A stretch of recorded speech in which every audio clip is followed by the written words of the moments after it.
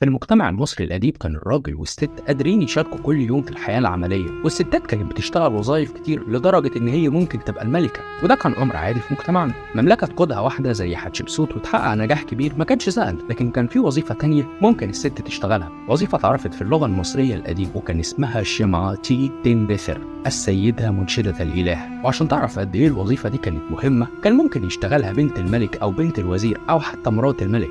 اللقب ده ظهر في أول الدولة الوسطى من غير ما تذكر المصادر كان أنهي إله. فضل الستات يشتغلوا الوظيفة دي والمجتمع كله راضي وعارف أهميتها، لحد ما نروح للدولة الوسطى وابتدى اللقب ياخد منحنى جديد، بقى مغنية الإله آمون أو منشدة الإله آمون. طب وظيفة زي دي كانوا بيعملوا فيها إيه؟ الست اللي كانت بتشتغل الشغلانة دي كانت بتخش في أهم غرفة في المعبد، وهي غرفة قدس الأقداس، والغرفة دي ما كانش بيخشها إلا الملك أو مراته أو كبير الكهنة، وهناك كان في فعلا احترام. تدخل على تمثال الإله وتبدأ تقرأ في التعاويذ واحدة واحدة، بعدها تبدأ في طقوس العبادة بتاعته زي ما أنت دلوقتي بتصلي. هم كمان كان عندهم صلاة، الثقافة المصرية القديمة. بعد كده تبدأ تحيي الإله بأي اسم.